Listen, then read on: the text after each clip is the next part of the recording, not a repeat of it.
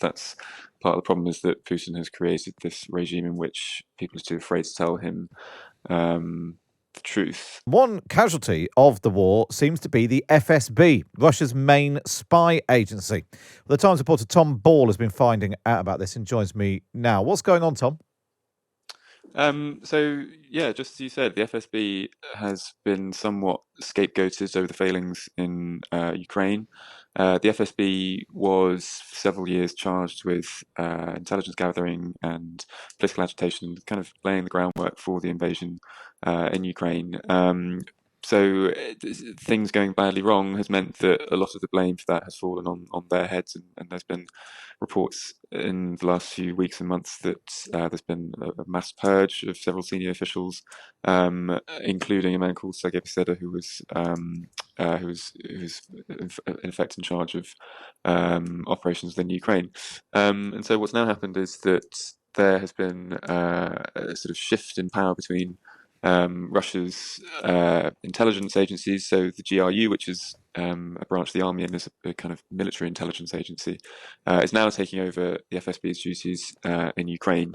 And to what extent is this? I mean, is this a fair? Well, I suppose what we don't know is, did the FSB feed in intelligence which said this is a bad idea or it's not going very well, and Putin ploughed on regardless, or did they tell Putin this is a great idea, it's going really well, and they were wrong? I suppose that's the thing we don't know of what's going on behind the scenes in the Kremlin.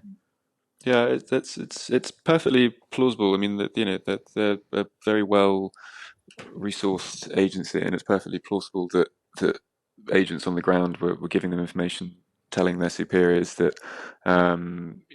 this wasn't going to be as successful as you might think it would be. But at some point, as that information went higher up the chain towards the Kremlin, it perhaps got tailored in order to suit what Putin wants to hear. And I think that's part of the problem, is that Putin has created this regime in which people are too afraid to tell him the truth. But equally, I mean, the FSB is quite a sclerotic and old-fashioned institution now, which still mirrors in many ways the KGB, and so it's equally possible that a lot of the information that they were providing and some of the operations that they planned just weren't particularly good.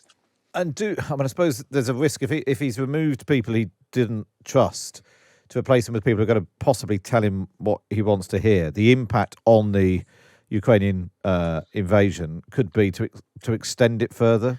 Potentially, the GRU is a more brutal organization. It has within it military units. It has the Spetsnaz, which is a special forces unit, and the man who is leading it is a guy called Vladimir Alexeyev, who the EU has sanctioned for his involvement in the Salisbury poisoning, and they are probably more gung ho and swashbuckling than the FSB. They've been implicated in numerous pretty brazen operations around the world, including trying to stage a coup d'état in Montenegro a few years ago.